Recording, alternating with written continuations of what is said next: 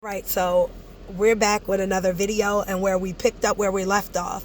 We want to start off with the basis of we were just doing the research about what we saw in this video. Visuals. Not this one. Sorry, guys. Okay, well, not that video. Well, if you watch my previous video, you will see the beginning of what we were breaking down, and it was just the bloodline, the article in 2007 that let us know that the R1b genetics that are found in modern day Eurasia and of the people of modern day Egypt was not of the same bloodline of Pharaoh Ramesses the third, which was E1b1a, and that the R1b genome was considered the sub-Saharan African genome, contradicting the E1b1a being that of the sub-Saharan African genome. And then we are piecing together history according to the Hamitic bloodline and the Shemitic bloodline, where we just discovered that the Canaanites ruled in Eurasia, and that R1b bloodline would in fact be a Canaanitish bloodline that was in sub-Saharan Africa, right? As well as the J and the G that is commonly found in Eurasia. And then we're talking about the E1b1a according to our anthropological findings of E1b1a that King Ramesses III had was a Hebrewic bloodline that is in sub-Saharan Africa today, right? So I wanted to get into that. Picking up where we left off, we are reading about the northeastern priestly genetic markers setting right alongside haplogroup E1b1a that serves as a direct biological evidence of the ancient physical mergers between mobile Semitic and Levant migration indigenous African lines during the antiquity, allegedly, right? So they're allegedly with Africa, that they're E1b1a, they're still connecting the two, right? But yet it is Semitic. The Western African coast is historical maritime records. All right, this is part 2.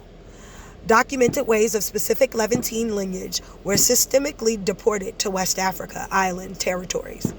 Let's say that again.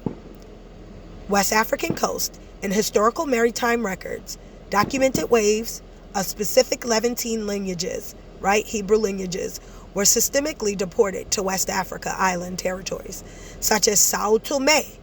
Now, if you watch my previous video about Sao Tome, we know that Sao Tome was one of the places that that Spanish and Portuguese were bringing American Indians to. Hello, after the Spanish Inquisition. Look up the history of Sao Tome. During this period of historical persecution, modern genetics testings of these long isolated population has pulled usable E1b1a markers that track directly back to those original Near East Levantine source populations, proving that the physical transit of the E1b1a genome along the historical migration pathways of exiled Western diasporas. Exiled Western diasporas. Remember, it says that they took Levantine lineages, were systemically deported to West Africa. Hello, somebody. Now, we want to understand that Pharaoh Ramesses III has the E1b1a haplogroup. But the sub-Saharan haplogroup, according to the passage written in 2017 article, says that the R1b influx is the sub-Saharan African genome. Stick with me, y'all. Okay? The unbroken linguistic and structural loop.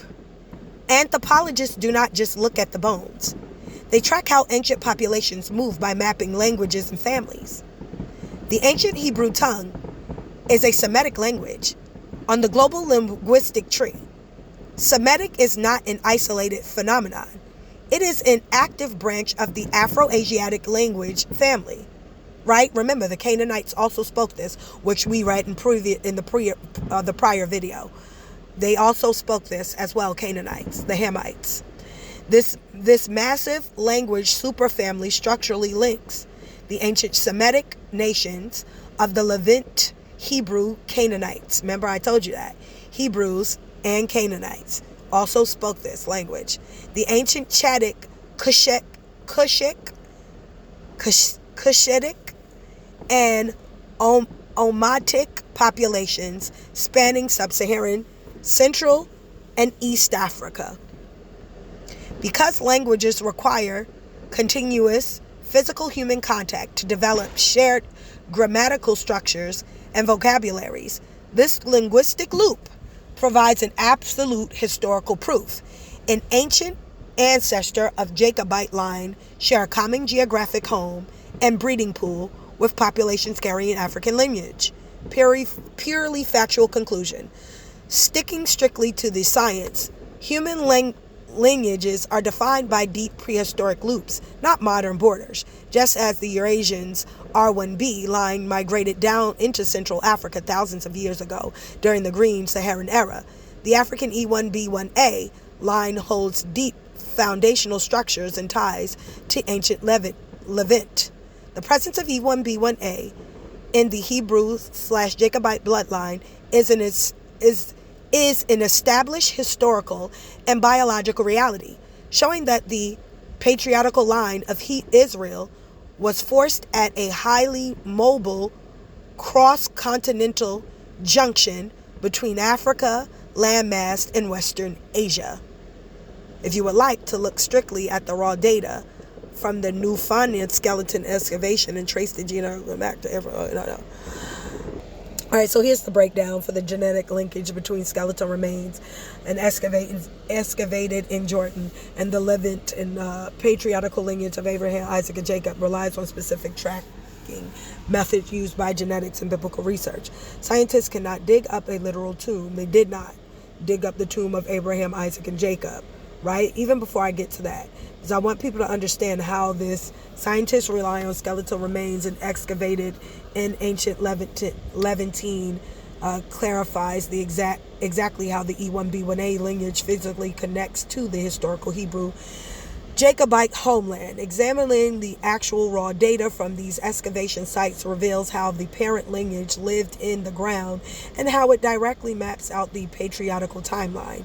The parent skeleton, the Natufani,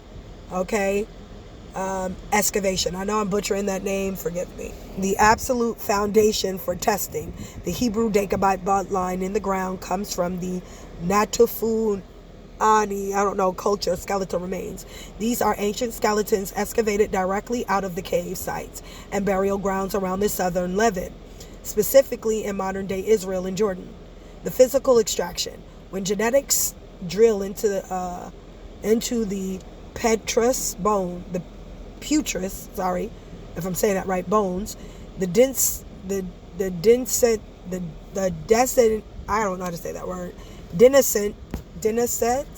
part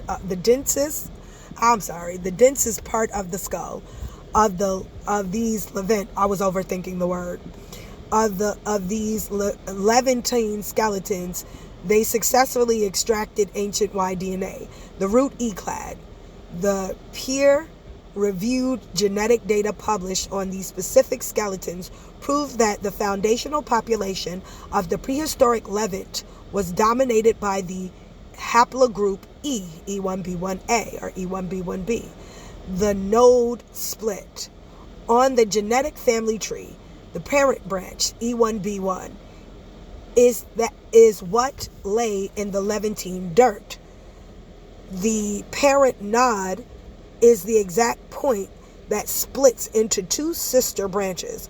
All right, so meaning E1b1 is the mom, is the parents, right? The parent branch.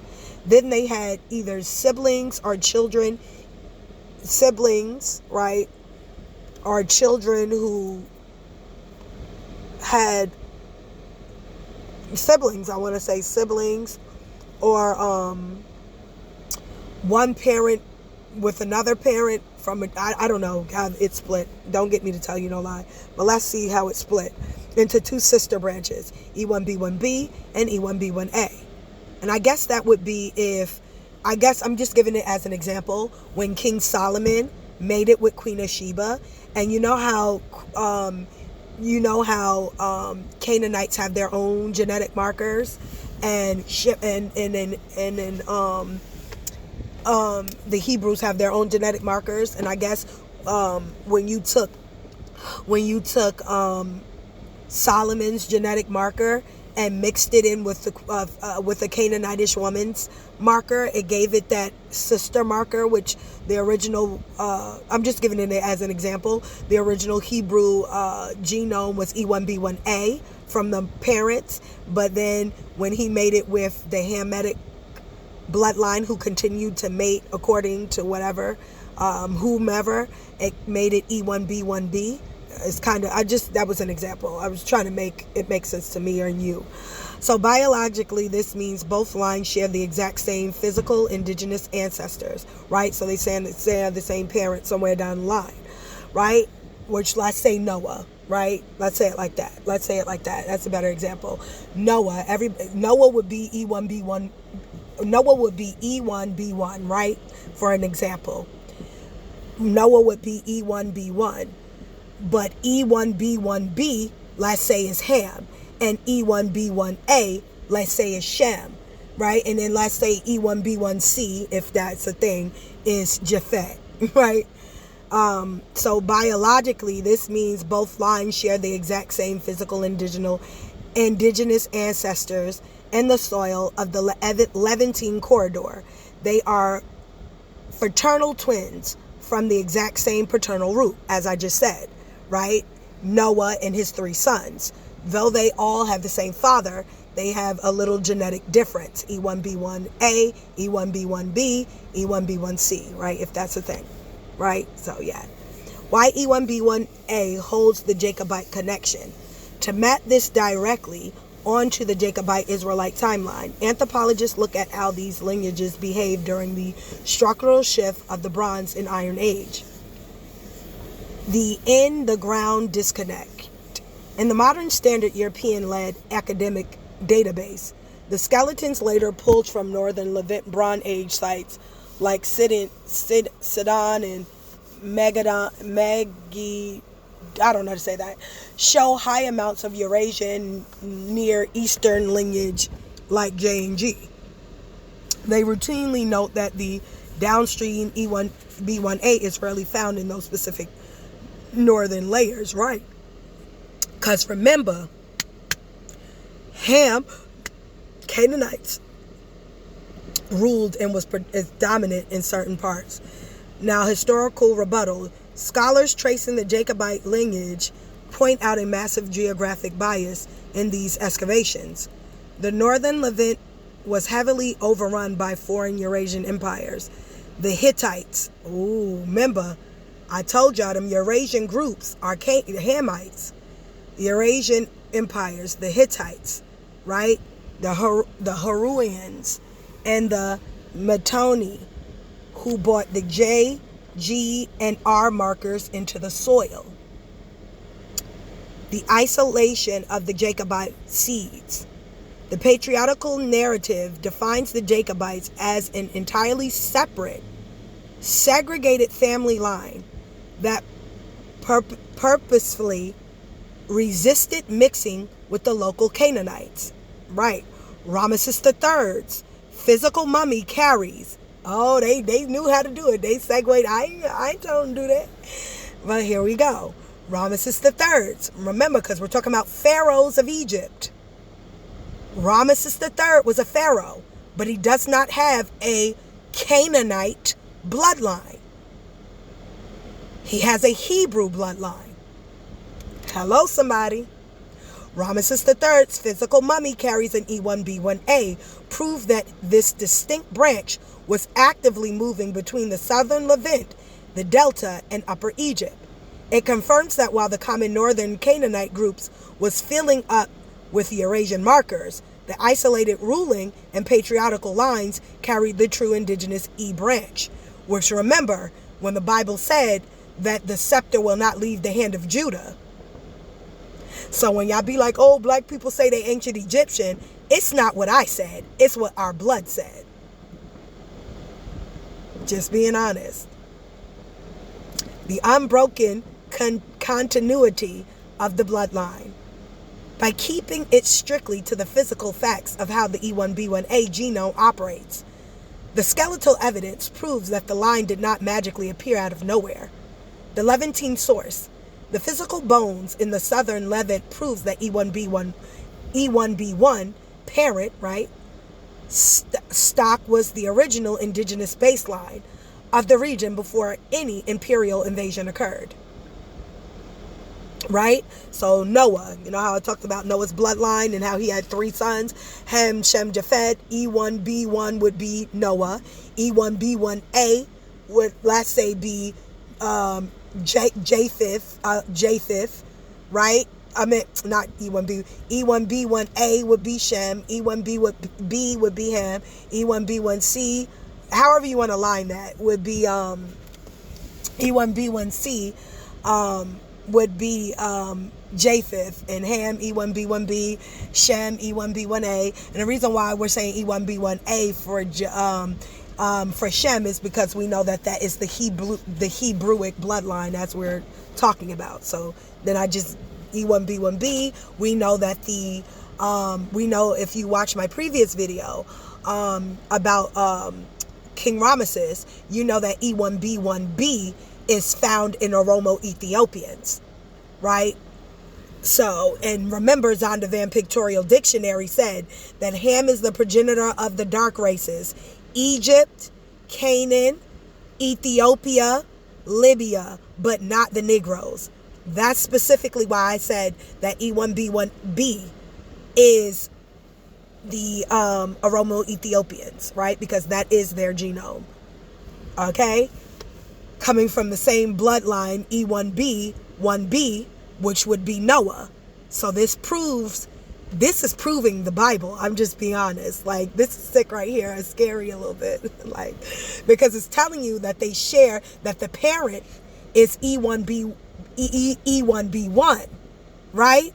But he had branches of him that were made, which would be of his sons, right? Shem, E1b1a. Ham, which we know, being a progenitor of the dark races, which is Ethiopia, is E1b1b. Hello? Oh, this is sick, God. Oh, scary. But it's fun at the same time, y'all. I'm just being honest. This gives you an insight about how real the Bible is, even using genetics. Like crazy, y'all. But we doing it. Okay, so that's going on. I wish I could write a thesis, but whatever. The present stock was the original indigenous baseline, right? E1b1 parent stock was the original indigenous baseline of the region before any imperial invasion occurred. The African convergence. The branch E1b1a represents the mobile cross-continental branch of that exact same family tree. The identification. Because this lineage is heavily preserved in populations globally who have strictly kept the ancient pre-exilic Levantine laws without modern interpretations or labels, it serves as a biological tracker, which means that these people only made it within the realm of their bloodline, their own haplogroup, right? They did not venture out to other people. I mean, they did at some times, but in the end, the bloodline went back into the same bloodline. So, for instance, as you know, King Solomon, I think I'm saying this right, married the Queen of Sheba, and let's say that the Queen of Sheba came from a Canaanite bloodline, but the Canaanite bloodline of the Queen of Sheba didn't keep marrying into the Canaanite family, but went back into the Hebrewic family of Solomon, right? Would keep the E1b1a lineage continuing, even though they mother came from Canaan. Does that make sense? I hope it makes sense, because I can't explain it any more than that. It serves as a biological tracker. It shows that the true Jacobite Israelite seed remained tied to the foundational African Levantine matrix, completely separate from the later Eurasian population that moved into Mediterranean. All right, so I just wanted to delve it on home, the E1b1a and how they linked that to Abraham, because it didn't make sense to me. How are you going to link anything to Abraham without his physically excavating the site of which he died and came from? How can you say that these were Hebrews, right? So my question hits exactly the missing link, the entire argument. You're asking how researchers bridge the gap between a random ancient skeleton in the dirt and the specific historical Hebrew nations of Abraham, Isaac, and Jacob. When scientists extract the E1b1a from a bone, the machine only reads DNA, chemical-based pairs. It does not read a label that says Hebrew, right? To legally link that genome to the Hebrew/Jacobite bloodline, researchers do not guess. They use historical, archaeological records of specific towns, nations, and tribes where those bones were buried and where they did not intermix with other people groups, right? Which we were reading prior. The excavations were of documented Israelite Hebrew towns. Researchers link the E1b1a line to the Hebrew because the skeleton remains were dug up directly inside the ruins of cities historically and archaeologically known to belong exclusively to Hebrew/Jacobite nations. Excuse me. I told you I got bad allergies. I'm itching my ear. During the Iron Age, the biblical era of the kings of Israel and Judah, the geographic territories were strictly divided. Right? During the Iron Age, the biblical era of the kings of Israel and Judah, the geographic territories were strictly divided. The southern kingdoms of Judah, skeletons were excavated from and documented Judean tombs. Sorry, y'all. I'm sorry, I can't help it. Ancient Jerusalem and Lachish. Ancient Jerusalem and Lachish. Right? The skeletons were excavated from the documented Judean tombs surrounding ancient Jerusalem and Lachish. The Transjordan Israelite territories. Skeletons were excavated from ancient towns east of the Jordan River, territories historically settled by the Israelite tribes of Reuben, Gad, and half-tribe of Manasseh. When scientists found E1b1a in these specific graves, it wasn't just a random finding in a desert. The bones were pulled from structured, distinct Israelite tombs, wearing Israelite cultural artifacts, buried according to strict Hebrew customs. This directly ties DNA to actual people of the Hebrew nation. So now black people in America, black people in America, we now know you all Hebrew. Can y'all be done with this shit? We now know, based on your genomes, E1b1a, that you are a Hebrew by blood, boo. We just broke this shit down. We just broke it down, bitch. Not only are you Hebrew, bitch, but you related to King Ramesses III, bitch. I'm sorry for cussing. It's just too good. They did the digging. They know who you are, bitch. They been knew. Bitch. Now, for all y'all out there who thought I was just saying that them Hebrew Israelites was out there just running off at their neck, which they is sometimes, because they being E1b1a, they ain't gonna get you to heaven, so I better stop cussing. Sorry, God. Okay. Sorry for cussing, okay? I confess my cussing so I don't get condemned for it. All right. I'm just excited. Yeah, some of this stuff it be sexy when you be finding out stuff. Yeah? But anyway, this now lets you know, if you have E1b1a as your bloodline, you are a Hebrew. That is all y'all so-called African Americans. You are not African. You are not a Canaanite. You are Hebrew. If you are in Africa and you have a E1b1a bloodline. You are not a Hamite.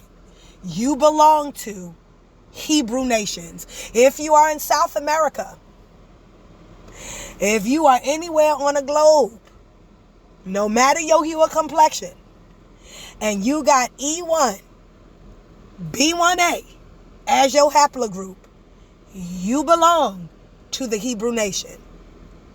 Ended it. So y'all may want to go do y'all genetic, not testing, just go to your regular doctor's office, get your blood work and see what your haplogroup is. And thank you, Katrina. And thank you, my doctors. I got mine. I saw that I was clearly E1b1a. Thank you so much. You are amazing. Thank you. Thank you. Okay, just like y'all know, y'all Hebrews, this is not based on some word. It's based on genetics, scientific research. When scientists found E1b1a in these specific graves, it wasn't just a random finding in the desert. It wasn't a guess. The bones were pulled from the structured, distinct Israelite tombs where Israelite cultural artifacts buried according to the strict Hebrew customs. This directly ties the DNA to the actual people of the Hebrew nation, E1b1a.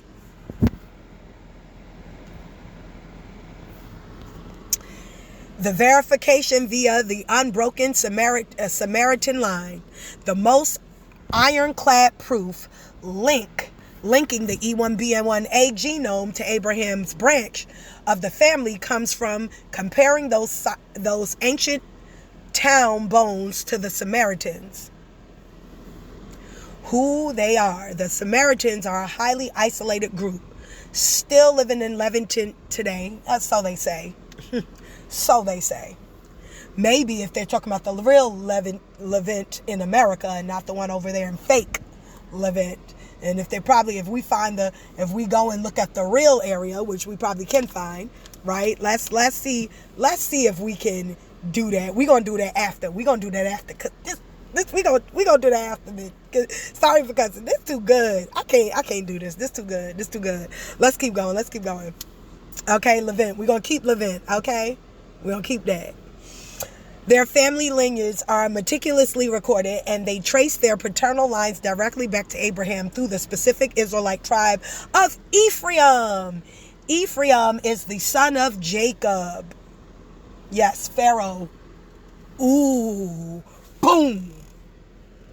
Y'all know that, right? Am I saying that right? Yes. Okay, I want y'all to know that. Let me say that one more time. Who is Ephraim? The son of the man who was under Pharaoh? Who has the E1b1a bloodline? King Ramesses III. So is King Ramesses III really? Come on, say it. Is King Ramesses III really who we think he is? Is he King Ramesses? Or is he either Ephraim or is he Jacob? Am I saying that? Joseph. Sorry, Joseph. Jacob, I'll be getting your name mixed up with Joseph. 2 J's mess me up. Remember, Joseph, who was sold into slavery and became the first-hand man to Pharaoh?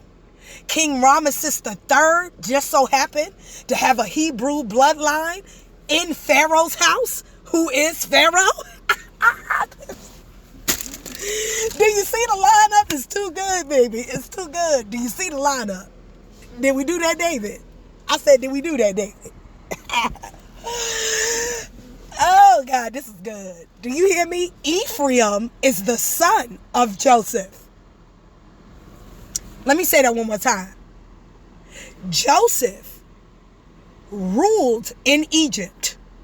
King Ramesses III has the same Hebrewic E1b1a that was found in the Samaritan land of Hebrews of the tribe of Ephraim, which is the tribe of Joseph, which has the same E1b1a bloodline, that has the same E1b1 bloodline as Pharaoh Ramesses III. Oh, yeah, this is beautiful. This is sick. It's crazy. Okay, let's go back. Directly back to Abraham through the specific Israelite tribe of Ephraim, Manasseh, and Levi. Moses, Levi, right? Of the Levites, right? Let my people go. Okay? Y'all, this is amazing. Do you hear me? Nigerians, y'all not Hamites.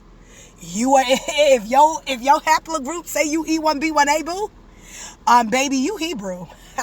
You a tribe from the tribe of the Hebrews. What tribe? I don't know. I just know you should have a Hebrew bloodline. You have the same Hebrewic haplogroup. Okay? Whoo, this is crazy, y'all. Abraham through the specific Israelite tribe of Ephraim, Manasseh, and Levi. Because of their strict religious laws, they have refused to intermarry with outside nations for over 2,500 years. So that bloodline is thick. That means on both women and men, mother and father, the bloodline haplogroup would be E1b1a.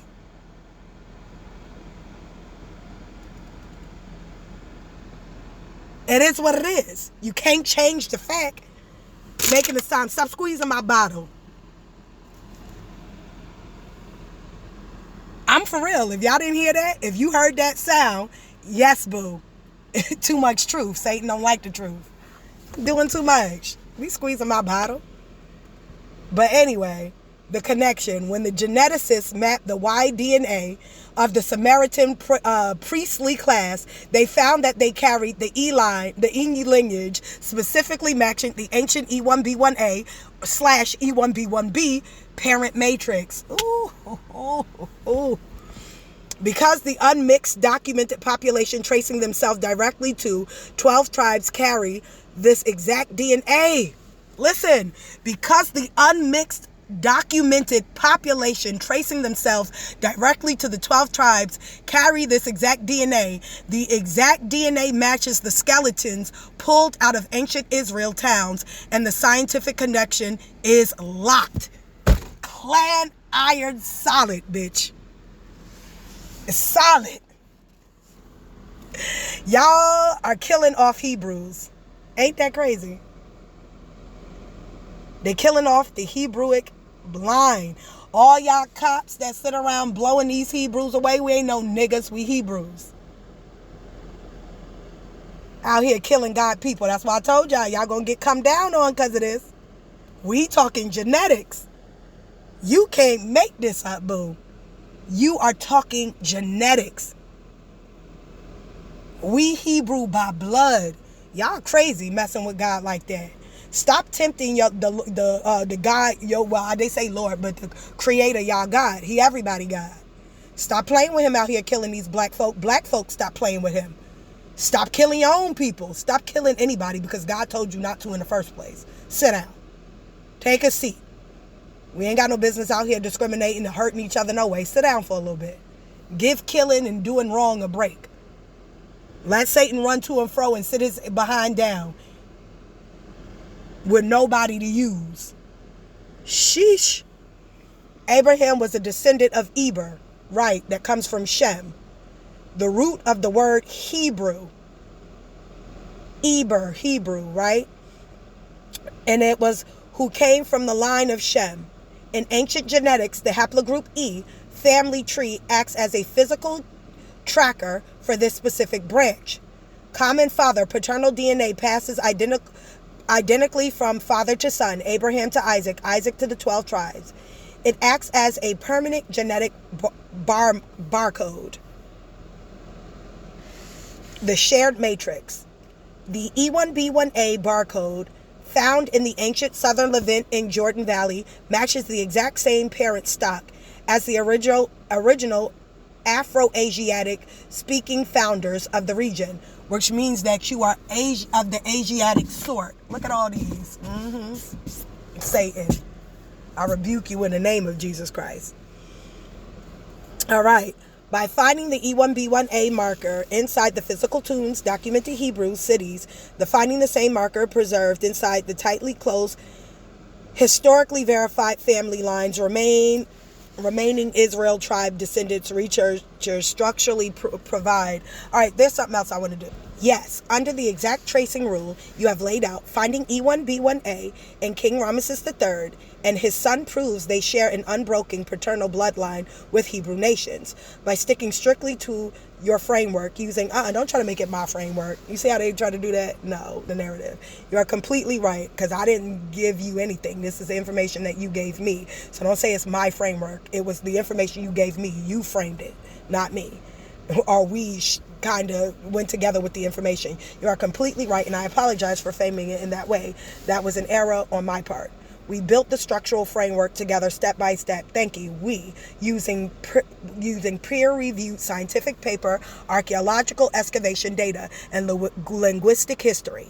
This isn't a narrative being spun. It is a direct logical result of stacking the verified scientific data points on top of each other. Thank you. So can't nobody say I made nothing up, boo. I use facts and data, biblical and historical factors, together with AI, because, we be doing this together, baby. Okay? So she was just giving her data. So I just wanted to let y'all know, right? This is how you got to research. We just found out some stuff, boo. We did. We found out some stuff. This is amazing. I love this type of history. I'm telling you, I do. It's my thing. It's my hobby. It's something to get into. I don't know. I just love it. I just do. Anyway, this is Kids with Trust TV. Oh, I was supposed to show you something else. Okay, so I wanted to see where they would map Levant in America. If we're talking about Levant, where we say they found the Hebrew DNA and all that good stuff, where would Levant be today if they had it in America? So they was like, hypothetical scenario, locate entirely within Americas. We have to look to the region's absolute physical, environmental, and geographical characteristics. The ancient Levant was defined by a very specific feature, a narrow coastal strip along a major sea and parallel rugged mountain ranges, deep sunken river valleys that flows into landlocked salted sea, and stark transition into a massive eastern desert. It also created as a literal land bridge connecting two massive opposing global superpower, Egypt and Mesopotamia. If you take that exact geographic blueprint, sounds a lot like Utah, right? And that was just me saying that. Blueprint, place it into Americas. There are two distinct ways to map it based on the timeline and terrain. Scenario 1, the literal geographic and logical twin. If you are looking for the closest physical environmental match in the Americas, the two mirrors that exact climate, the topography and the water system of Levant. It maps directly onto Southern California and Northwest Mexico. Wow. The sea, and that's so funny that they say that. The sea coast, the Mediterranean Sea, corresponds to the Pacific Ocean. The mountains, the Lebanese, Judean mountains, correspond to the coastal Traverse Mountain range of California. Remember how the original Californians look. We're going to show that. The Jordan River Valley and the Dead Sea. The Jordan River Valley in a unique tectonic rift valley that drops below sea level, empties into a highly saline lake in the Americas. This is an exact environmental twin to the Imperial Valley, the Colorado River, and the Salton Sea, which sits hundreds of feet below sea level and is hypersaline. The Syrian Desert, the Syrian Desert.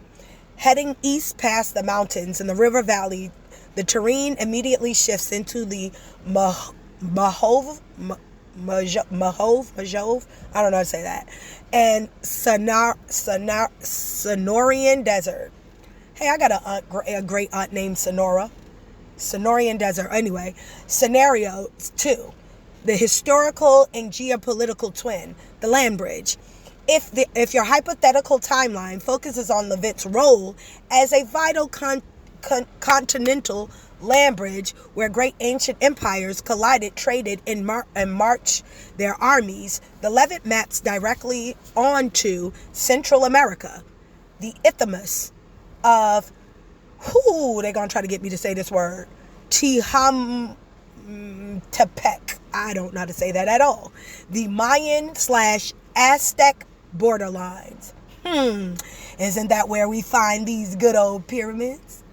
Right? The crossroads of superpowers. Just as ancient Levant sat tightly sandwiched between the massive empires of Egypt to the southwest and Mesopotamia/Hittites to the northeast. The narrow strip of Central America, a state directly between major imperial civilizations, Mesoamerica, Mexico, and the complex kingdoms of South America. Where we find these pyramids. Come on, y'all. Do you get what I'm saying? Whoo! Do you get what I am saying? We already know America's the true old world. Look at where you find all these mounds and pyramids. Stop playing with me, man. Was it Canaanites and Hamites that made pyramids, or was that an Israelite thing? Come on now. Did Pharaoh really make pyramids? Come on. Was that Hamitic or Shemitic? Narrow passage, control of the narrow strips of land, meant controlling all overland trade, migrations, and military movements between two massive land masses, perfectly mirroring geopolitical reality in ancient Canaan and Israel. Ooh, Lord. Ain't this beautiful? So I hope this just drill it on home for everybody. I really do. To give a little context back to what we were talking about, if Levant was in California, these were some of the people that were in California. This dark-skinned California man. Hold on. This was John Ogilvy depiction of America. Some American Indian tribes that were clothed, some that weren't, feather head drift, but they all had the common feather head drift, whether they were naked or not. This was America. This is America. Okay? Getting at the top where you see the map.